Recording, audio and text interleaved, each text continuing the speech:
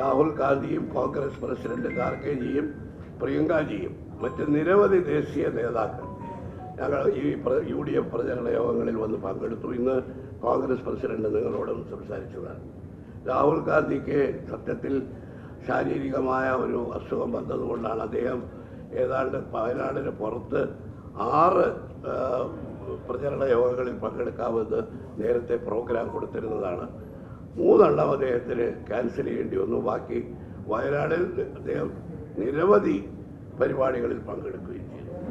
ഈ ഒരു കാലത്തും ഇല്ലാത്ത രീതിയിൽ വളരെ അച്ചടക്കത്തോടുകൂടി ഐക്യത്തോടുകൂടിയാണ് ഇത്തവണ UDFന്റെ തെരഞ്ഞെടുപ്പ് പ്രചരണങ്ങൾ നടന്നത്. അതിന് തീർച്ചയായിട്ടും കോൺഗ്രസ് പാർട്ടിയും UDFിലെ മറ്റെല്ലാ കക്ഷികളും UDFിനോട് പൂർണ്ണമായി സഹകരിച്ചു.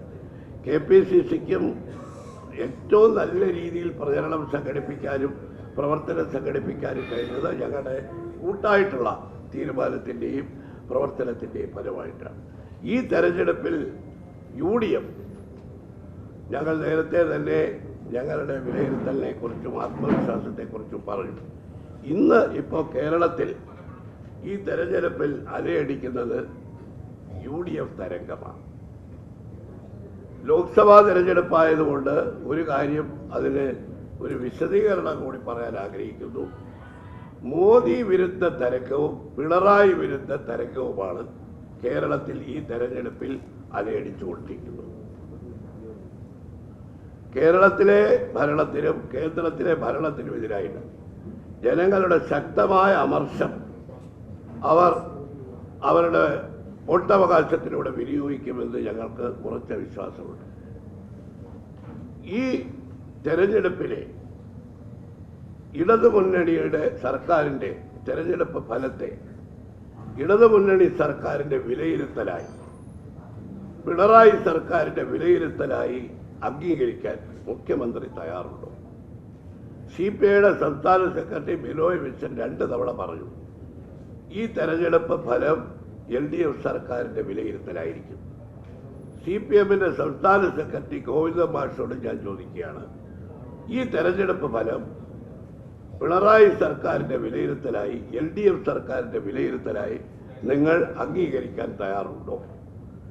തെരഞ്ഞെടുപ്പ് ഫലം ജൂൺ 4-ാം തീയതി റിസൾട്ട് വന്നു കഴിയുമ്പോൾ ചോദിക്കേണ്ട ചോദ്യം ഇപ്പോഴേ ചോദിക്കുന്നു.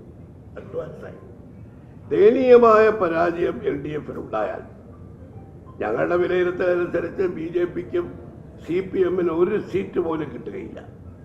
ദയനീയമായ പരാജയം LDFിനുണ്ടായാൽ ശ്രീ പിണറായി വിജയന്റെ ഗവൺമെന്റ് രാജിവെച്ച് ആ പരാജയത്തിന്റെ ധാർമ്മിക ഉത്തരവാദിത്വം ഏറ്റെടുത്തുകൊണ്ട് ഒരു പുതിയ ജനവിധി തേടാൻ തയ്യാറാവുമോ?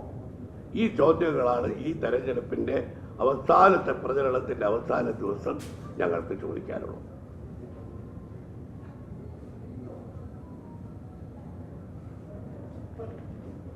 നേരത്തെ പറഞ്ഞ കാര്യങ്ങളൊന്നും ആവർത്തിക്കുന്നില്ല. കാരണം കോൺഗ്രസ് പ്രസിഡന്റ് ഇവിടെ പത്രസമ്മേളനത്തിൽ പറഞ്ഞു കഴിഞ്ഞു. മുഖ്യമന്ത്രിയുടെയും പ്രധാനമന്ത്രിയുടെയും പ്രചരണങ്ങൾക്കെല്ലാം ഞങ്ങൾ മറുപടി പറഞ്ഞു. അതൊന്നും ഞാൻ ആവർത്തിക്കുന്നില്ല.